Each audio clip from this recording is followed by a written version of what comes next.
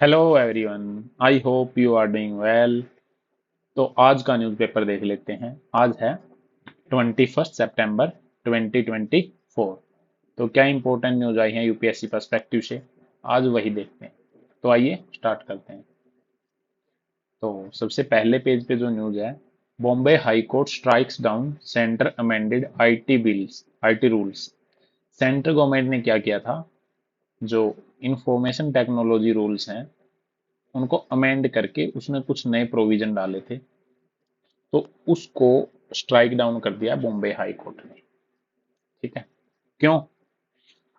अब उन रूल्स में सेंट्रल गवर्नमेंट ने खुद को ज्यादा पावर दे ली थी। उन्होंने एक फैक्ट चेक यूनिट बना ली थी, जो यूनिट क्या चेक करेगी, fake, false and misleading information तो नहीं कोई फैला रहा गवर्नमेंट के अगेंस्ट। ठीक है, सोशल मीडिया पे। तो जो बॉम्बे हाई कोर्ट के जजेज हैं, उन्होंने क्या डिसीजन दिया है कि ये क्या कर रहे हैं, वोयलेट कर रहे हैं। किसको? आर्टिकल 19 को, आर्टिकल 14 को राइट टू इक्वलिटी, आर्टिकल 19 को, आर्टिकल 19 को freedom of speech and expression, article 19 1G को freedom and right to profession. अब मुझे बताओ कि आर्टिकल 19 में कितने टाइप की फ्रीडम दी गई है और कौन कौन सी है। क्या आपको सीक्वेंस से याद है वो? अगर याद है तो आप कमेंट में लिख भी सकते हो। ठीक है, तो अब ये रूल थे क्या सर? सर ये रूल थे, इंपॉर्टेंट रूल थे ये काफी, जो कि मतलब आईटी एक्ट जब आया था उसमें ही अमेंडमेंट करके गवर्नमेंट लेके आई थी। एक फैक्ट चेकिंग यूनिट के हिसाब नाम से इन्होंने एक गवर्नमेंट की अलग से एक बोर्ड बनाई है, यूनिट बनाई है, जो चेक करेगा कि कोई गवर्नमेंट के अगेंस्ट काम नहीं कर रहा। तो ये तो फिर उनका वोलेशन हुआ ना रूल का। ठीक है, तो ministry of electronics and information technology ने एक एफसीयू बनाई है, जो कि एक स्टेचुटरी बॉडी है, जो कि प्रेस इंफॉर्मेशन ब्यूरो के अकॉर्डिंग काम करेगी। और ये अमेंडमेंट किया आईटी रूल 2021 में, और जो कि इंप्लीमेंट हुआ है 23 में। ठीक है, उसका क्या काम है एफसीयू का, कि जो फ्लैगिंग कंटेंट है, ठीक है, सेंट्रल गवर्नमेंट से रिलेटेड, उसको मतलब कि चेक करना। ठीक है, तो और उसको फिर बैन कर देना। तो ये कहाँ कहाँ लागू होगा? जैसे ऑनलाइन इंटरमीडिएटरीज हैं, जैसे फेसबुक हुआ, यूट्यूब हुआ, ट्विटर हुआ, ठीक है, या फिर बाकी इंटरनेट सर्विस है, एयरटेल, जियो, वोडाफोन। ठीक है, तो उनको गवर्नमेंट ऑफ इंडिया के नाम पे ऐसे मिसलीडिंग इंफॉर्मेशन वो नहीं स्प्रेड कर सकते। ठीक है, तो इसमें एक इंटरमीडिएटरी नाम से है, इंटरमीडिएटरीज वो भी डिफाइन है। किसको बोला जाता है इंटरमीडिएटरी? आईटी एक्ट जो 2000 आया था वो डिफाइन करता है इंटरमीडिएटरी को as a person who receive, store और transmit any electronic record and provide any service related to such record on the behalf of another person. कोई भी इंसान जो रिसीव करता है और फिर प्रोवाइड करवाता है। ठीक है, तो ये था। मेजर कंसर्न क्या हो सकते हैं आईटी रूल से रिलेटेड? आर्बिट्रेरी एनफोर्समेंट, कोई भी आर्बिट्रेरी एनफोर्स कर सकते हैं, तो इसे आर्टिकल 14, 19 1A, 19G, आर्टिकल 21 ये तो वोलेट हो ही रहे हैं।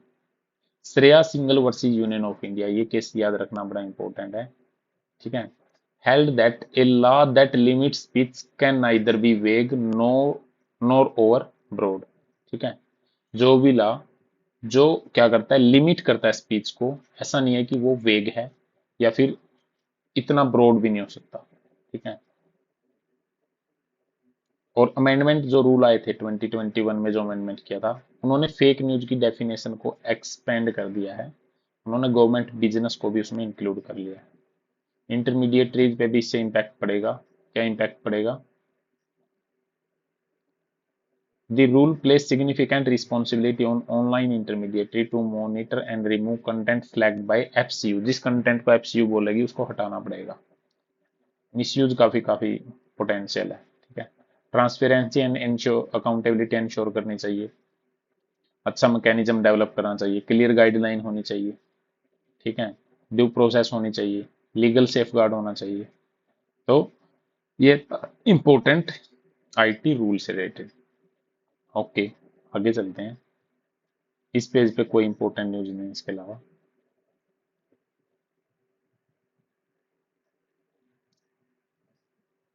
नेक्स्ट न्यूज है, इस पेज पे भी कोई इंपॉर्टेंट न्यूज नहीं है।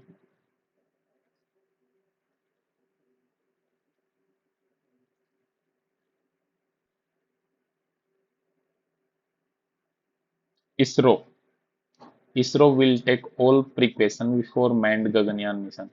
अभी उन्होंने क्या बोला है, इसरो के जो चीफ हैं, कौन है, एस सोमनाथ, कि हम गगनयान से पहले सारी प्रिकॉशन लेंगे। हम ऐसे नहीं कि बोइंग मिशन की तरह एस्ट्रोनॉट को वहीं छोड़ देंगे। बोइंग मिशन किसका है बताओ, और क्या हुआ है उसके साथ। अब हम गगनयान मिशन के बारे में देख लेते हैं थोड़ा सा। ठीक है, Gaganyaan mission. Gaganyaan mission India का ऑनगोइंग प्रोजेक्ट है, जो क्या करेगा, project to send a 3 day man mission to the low earth orbit. Low earth orbit में भेजेगा 400 किलोमीटर। इसमें 3 मेंबर होंगे और उनको फिर वापिस से लेके भी आएगा। 2 अनमैन्ड मिशन होंगे, टोटल 3 मिशन होंगे, और थर्ड जो होगा मैन मिशन होगा। ये 24 में हो सकता है इसकी फर्स्ट स्पेस फ्लाइट। ठीक है, गगनयान मिशन से पहले ऑलरेडी यूएस, रशिया और चाइना ये काम कर चुके हैं, तो इंडिया एलाइट ग्रुप में आ जाएगा। गगनयान मिशन का ऑब्जेक्टिव क्या है, ह्यूमन स्पेस फ्लाइट, मतलब कि immediate aim to demonstrate indigenous capability to undertake human space flight. Indigenous capability create करना ह्यूमन स्पेस फ्लाइट के लिए, और स्पेस का एक्सप्लोरेशन करना, Indian human space exploration programme. ठीक है, तो आगे चलते हैं। Technology required for ISRO's Gaganyaan mission. इसके लिए क्या क्या टेक्नोलॉजी की जरूरत होगी हमें। जैसे एक ऑर्बिटल मॉड्यूल होता है, ऑर्बिटल मॉड्यूल में 2 चीजें होती हैं। ये होता है क्रू, ऊपर वाला हिस्सा बोलते हैं क्रू मॉड्यूल, जहां पे हैबिटेट ऑफ एस्ट्रोनेट, एस्ट्रोनेट यहाँ रहते हैं, मतलब यहाँ जाएंगे, यहाँ रुकेंगे, जो 3 लोग होंगे इसमें बैठेंगे। Service module does on orbit servicing, ये क्या करता है, सर्विसिंग करता है। यानी कि ये 2 पार्ट हैं। यहाँ पे एस्ट्रोनेट, जो एस्ट्रोनॉट हैं, जो 3 लोगों को भेजेंगे वो, तो ये सर्विस मॉड्यूल है। ह्यूमन रेटेड लॉन्च व्हीकल, इस लॉन्च व्हीकल से इनको क्या किया जाता है, लॉन्च किया जाता है, GSLV-MK3। ठीक है, इसको बोल देते हैं हम LVM3 भी बोल देते हैं। ठीक है, GSLV-MK3 पहले नाम था इसका, अब नाम है LVM3। ठीक है, तो ये क्या करेगा, ट्रांसपोर्ट करेगा ह्यूमन को ऑर्बिट में। ठीक है, इसकी भी 3 स्टेज होती हैं, सॉलिड स्टेज, लिक्विड स्टेज और क्रायोजेनिक स्टेज। ठीक है, it consist of crew escape system as well as orbital module along with solid, liquid and cryogenic. Orbit module क्या होता है, ये ऑर्बिटिंग करेगा, अर्थ के चारों ओर घूमेगा। ठीक है, इसमें क्रू मॉड्यूल होगा और सर्विस मॉड्यूल होगा। Orbital module state of the art, नए मतलब कि नई टेक्नोलॉजी के साथ इसमें होंगी सारी चीजें। क्रू मॉड्यूल मैंने बता दिया, उसमें वो होंगे जो भी ह्यूमन है, 3 लोग जो जाएंगे। ठीक है, मेटल का ये बना होता है, अनप्रेशराइज एक्सटर्नल स्ट्रक्चर होता है, थर्मल प्रोटेक्शन होता है इसका। ठीक है, इसमें सब कुछ होता है, human centric product, life support system, सब चीजें। ठीक है, उसके बाद ये मॉड्यूल है वो डिजाइन किया गया है री एंट्री फैसिलिटी के लिए भी। नेक्स्ट है सर्विस मॉड्यूल। क्रू मॉड्यूल को जो सपोर्ट प्रोवाइड करता है वो सर्विस मॉड्यूल करता है। ये एक अनप्रेशराइज स्ट्रक्चर होता है जिसमें propulsion system, thermal system, power system, ये सब होते हैं। Crew escape system to ensure astronaut safety. Various in-flight abort demonstration of crew escape system have been included. ठीक है, तो ये है पूरा। उसके बाद है flight test vehicle abort mission 1। 2 mission होंगे, ये पहला मिशन है टेस्ट करने के लिए सेफ्टी मैकेनिज्म। ठीक है, मेन चीज यही है। लाइफ सपोर्ट सिस्टम होगा ये। ट्रेनिंग प्रोग्राम चल रहा है हमारा, जो जिन भी एस्ट्रोनॉट्स को हम भेजेंगे उनकी अच्छे से ट्रेनिंग की जा रही है। डिफरेंट फेज हैं अलग अलग गगनयान मिशन के जो चल रहे हैं। तो पहले 2 अनमैन्ड मिशन होंगे, फिर मैन्ड मिशन होंगे। ठीक है, तो आगे है गगनयान मिशन की सिग्निफिकेंस है। तो ये था इंपॉर्टेंट गगनयान मिशन के बारे में। आगे चलते हैं हम।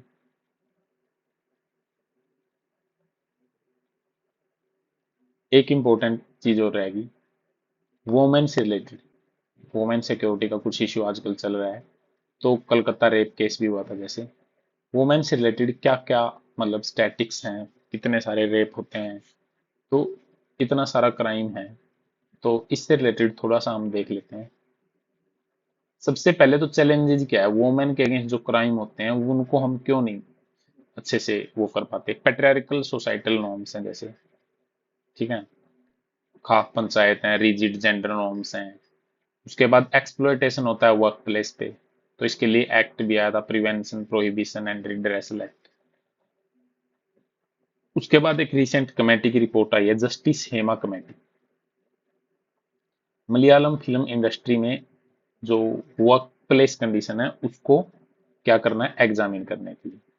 उसके बाद है लैक ऑफ, जैसे मलयालम जो फिल्म इंडस्ट्री है ना, वहां पे जेंडर डिस्पेरिटी होती है, इन एडिक्वेट वर्क प्लेस है।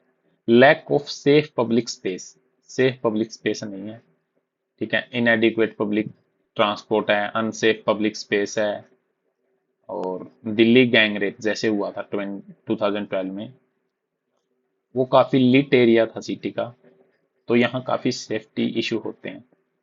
इनसफिशियंट इंफ्रास्ट्रक्चर है, रिसोर्सेज है, पुलिस स्टेशन फंक्शनली है, फोरेंसिक लैब अच्छे से काम नहीं कर रही, वीक एनफोर्समेंट और जुडिशियल सिस्टम है। निर्भया केस में देख लो डिले हुआ कितना, ठीक है। सिस्टमेटिक भी काफी इशू है। एफआईआर फाइल में ही बदलापुर सेक्सुअल असोल्ट केस में पुलिस ने क्या कर दी, डिले कर दी एफआईआर में। सोशल स्टिग्मा है, विक्टिम विक्टिम ब्लेमिंग है। विक्टिम ब्लेमिंग एटीट्यूड डिस्करेज करता है वुमेन को रिपोर्ट करने से। सोशल स्टिग्मा मानते हैं कि समाज में बेइज्जती हो जाएगी। जेंडर इनइक्वालिटी और कल्चरल एटीट्यूड, ठीक है। Child marriage, dowry system, education employment ये अपॉर्चुनिटी नहीं है, एजुकेशन की कमी है, इकोनॉमिक डिपेंडेंसी है, एब्यूसिव रिलेशनशिप हो जाती है, डोमेस्टिक वायलेंस हो जाता है, टेक्नोलॉजी और साइबर थ्रेट भी हैं, साइबर बुलिंग होती है, स्टॉकिंग होती है, सब्सटेंस अब्यूज, एल्कोहल वगैरह का यूज किया जाता है, वायलेंस, एल्कोहल पी के, शराब पी के मतलब फीमेल के ऊपर वायलेंस की जाती है, फॉल्स एलिगेशन लगा दिए जाते हैं। फ्रेमवर्क क्या क्या लिए गए हैं, सबसे पहले तो हमने sexual harassment of woman at work place एक एक्ट लेके आए, जो कि किसकी गाइडलाइन पे बना था, विशाखा गाइडलाइन, सुप्रीम कोर्ट ने जो इश्यू की थी, ठीक है। तो इसमें एक इंटरनल कंप्लेंट कमेटी होगी जिसमें 10 लोग होंगे। सेक्सुअल हरासमेंट होगी, जिस जिस भी ऑर्गेनाइजेशन में 10 से ज्यादा एम्प्लॉय होंगे उसमें एक ये कमेटी बनानी पड़ेगी, ठीक है। तो क्रिमिनल लॉ 2013 वो भी लेके आए, निर्भया एक्ट, ठीक है। स्टॉकिंग और वोयरिज्म को हमने क्राइम की कैटेगरी में ला दिया। क्रिमिनल लॉ में एक्ट भी किया हमने अमेंडमेंट में, क्रिमिनल लॉ अमेंडमेंट एक्ट 2018, ठीक है। पेनल्टी लगा दी, डेथ पेनल्टी कर दी इवन अंडर 12 तक। पोस्को एक्ट भी लेके आए, prevention of child from sexual offence act, ठीक है। सिस्टम ऑफ सपोर्ट भी प्रोवाइड करता है, ये सिर्फ वो नहीं करता। प्रोहिबिटिंग चाइल्ड मैरिज एक्ट 2006, हमने चाइल्ड की जो लीगल एज है, मतलब कि यंग गर्ल्स लीगल एज 18 के बाद ही उसकी शादी कर सकते हैं। Prevention of women from domestic violence act 2005 लेके आए हम। Indecent representation of women act 1986 लेके आए। इमोरल ट्रैफिक एक्ट 1956 लेके आए। केसेस क्या क्या है, Joseph Shine versus union of India, इस जजमेंट ने क्या किया, अडल्ट्री को डीक्रिमिनलाइज कर दिया, ठीक है। तो striking down A colonial era law that often used to control women's sexuality and reinforce patriarchal norm। तो ये इंपॉर्टेंट जजमेंट है, याद रखनी है आपको। Independent thought versus union of India 2017, supreme court ने क्रिमिनलाइज कर दिया मैरिटल रेप को। जो भी गर्ल अंडर 18 है, अगर मैरिज के बाद अंडर 18 गर्ल्स हैं, मतलब वो क्रिमिनल ही मानी जाएगी उसमें, ठीक है। मतलब क्रिमिनलाइज कर दिया मैरिटल रेप को, उसकी इच्छा के बिना अगर सेक्स करते हैं। Lakshmi versus union of India, ठीक है। एसिड अटैक जो वुमेन पे होता था, सुप्रीम कोर्ट ने क्या बोला, सेंटर एंड स्टेट गवर्नमेंट को रेगुलेट करना चाहिए एसिड सेल्स को और कंपेंसेशन देना चाहिए and improve compensation and medical treatment for acid attack survivor. Delhi gang rape case 2012 भी हुआ था, यंग वोमेन के साथ गैंग रेप कर दिया था। इंडियन क्रिमिनल लॉ में काफी हमने लेके आए। Lillu versus state of Haryana, इसमें क्या था, two finger test violate the rape survivor right to privacy physical and mental integrity and dignity. मतलब पहले टू फिंगर टेस्ट होता था कि रेप हुआ है या नहीं, तो सुप्रीम कोर्ट ने बोला कि इलीगल है। ये प्राइवेसी और फिजिकल इंटीग्रिटी को क्या करता है, ये वोलेट करता है। CEHAT, चेहत वर्सी यूनियन ऑफ इंडिया, इसमें क्या था, सुप्रीम कोर्ट ने डायरेक्शन दी सेक्स सिलेक्शन और सेक्स सेलेक्टिव अबॉर्शन के लिए। प्री नेटल डायग्नोस्टिक जो टेक्निक है 1994। Vishakha versus state of Rajasthan 1997, sexual harassment at work place को प्रिवेंट करना है, तो गाइडलाइन दी थी। ठीक है। अब Delhi domestic working women forum versus union of India में सुप्रीम कोर्ट ने बताया कि rape is a severe violation of fundamental human right, infringing upon victim most cherished right such as right to life and privacy। इसको भी violet करता है rape. ठीक है। और रेप जो होते हैं सर्वाइवर, उनको कंपेंसेशन मिलना चाहिए। गवर्नमेंट ने भी इनिशिएटिव स्टार्ट किए, जैसे Nirbhaya fund, ministry of women and child ने, one stop centre, women helpline, महिला police volunteer, Swadhar Greh Yojana, ministry of women child ने। चैलेंज जो फेस कर रही हैं वुमेन, जिनका घर नहीं है, उनको रिहेबिलिटेशन की फैसिलिटी प्रोवाइड करना। Working women hostel scheme, women के हॉस्टल एयरबन से भी अर्बन एरिया। बेटी बचाओ बेटी पढ़ाओ। ठीक है। मिनिस्ट्री ऑफ होम अफेयर ने investigating tracking system for sexual offence के लिए। Emergency response support system 112 dial. Safe city project ministry of home affair के अंदर, दिव्या फंड के अंदर ये डेवलप किया गया। Awareness programme. ठीक है। तो फास्ट ट्रैक कोर्ट लेके आने चाहिए, जस्टिस वर्मा की कमेटी। तो ये सारे इंपॉर्टेंट क्या है, वोमेन से रिलेटेड इशू थे, जो कि आजकल न्यूज में चल रहा है, तो उस पर हम ये लिख सकते हैं। अब चलते हैं हम अपने एडिटोरियल पे। एडिटोरियल में आज ये एडिटोरियल कुछ नहीं आया है, सिर्फ दो इंपॉर्टेंट हैं, वो भी इतने नहीं है। एक तो है इंडिया और पाकिस्तान को क्या करने की जरूरत है, इंडस वाटर ट्रीटी पे हार्ड लाइन की बजाय एक सॉफ्ट इंस्टांस दोनों कंट्री को एडॉप्ट कर लेना चाहिए। इंडस वाटर ट्रीटी कब हुई थी, साइन 1960 में हुई थी। किस किस के बीच में, जवाहरलाल नेहरू जो पीएम थे इंडिया के, और आयूब खान जो जनरल थे मिलिट्री के पाकिस्तान के। बीच में मिडिल मैन कौन था, वो था वर्ल्ड बैंक। तीन रिवर थी, इंडस, झेलम एंड चेनाब, जिनका पानी 80% किसको जाएगा, पाकिस्तान को। ब्यास, रावी और सतलुज, इनका 80% पानी किसको जाएगा, इंडिया को। ठीक है। ऑल मीटिंग, अब हमने जो बातें चल रही थी, तो वो अब बात बंद हो चुकी है। ठीक है। पाकिस्तान इंटरनेशनल कोर्ट में भी गया था इसमें इंडिया के अगेंस्ट। ठीक है। तो कुछ इश्यू है, कभी पाकिस्तान बोल देता है कि पीसीए में गया था, परमानेंट कोर्ट ऑफ आर्बिट्रेशन में। ठीक है। तो ऐसे हार्ड स्टांस लेने से कुछ नहीं होगा। हमें क्या करना पड़ेगा, हमें बैठ के बातें करनी पड़ेगी। An eye for an eye can make the whole world blind. ठीक है। तो ये ध्यान रखना पड़ेगा। सॉल्यूशन तभी हो सकता है, जैसे ना 2016 में मोदी जी ने उरी अटैक के बाद कहा था, blood and water can not flow together. तो इंडिया ने भी काफी हार्ड स्टांस लिया है, तो काफी जो हमारे बायलेटरल रिलेशन है वो काफी इम्पैक्ट हुए हैं इससे। और अब एससीओ की मीटिंग होने जा रही है 15 और 16 को।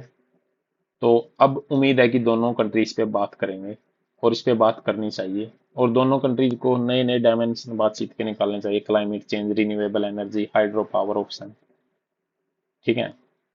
तो इस तरह से हम इसको टैकल कर सकते हैं। नेक्स्ट है,